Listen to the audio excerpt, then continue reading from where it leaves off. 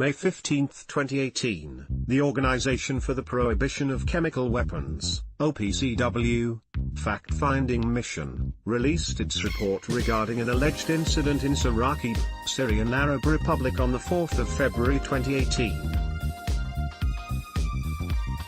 The FFM determined that chlorine, released from cylinders through mechanical impact, was likely used as a chemical weapon on the 4th of February 2018 in the Al Talil neighborhood of Saraqib. The FFM conducted a comprehensive investigation including analysis from interviews, supporting material submitted during the interview process, analysis of environmental samples, and subsequent cross-referencing and corroboration of evidence.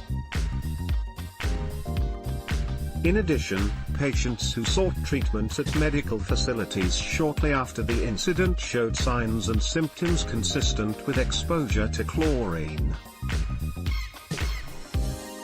This attack bears all the hallmarks of similar past chemical weapons attacks by the Assad regime against its own people.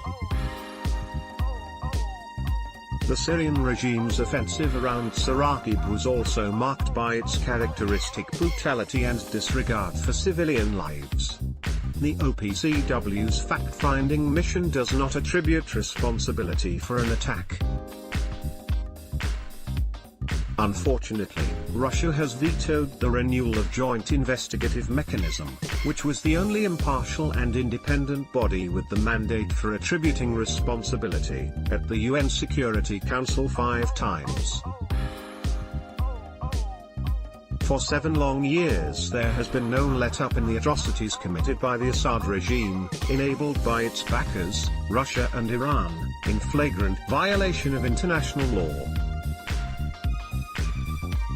The suffering that has been inflicted on the Syrian people by the Assad regime and its Iranian and Russian backers is abhorrent.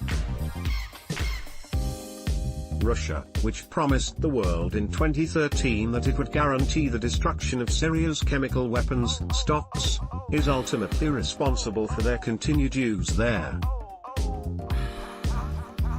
We condemn, in the strongest terms possible, the use of chemical weapons. As President Trump said, these are not the acts of man, but of a monster. We are committed to ensuring that all those responsible for the use of chemical weapons in Syria are held to account. We will not rest in our efforts to seek justice for the victims of these abhorrent chemical weapons attacks.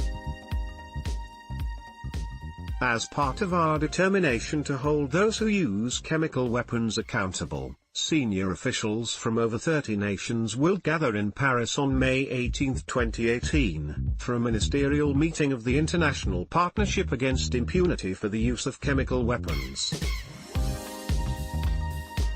The Partnership Ministerial will address recent chemical weapons used by states and non-state actors, in addition to actions the Partnership can take to contribute to the deterrence of future use and attribution in cases where use has occurred.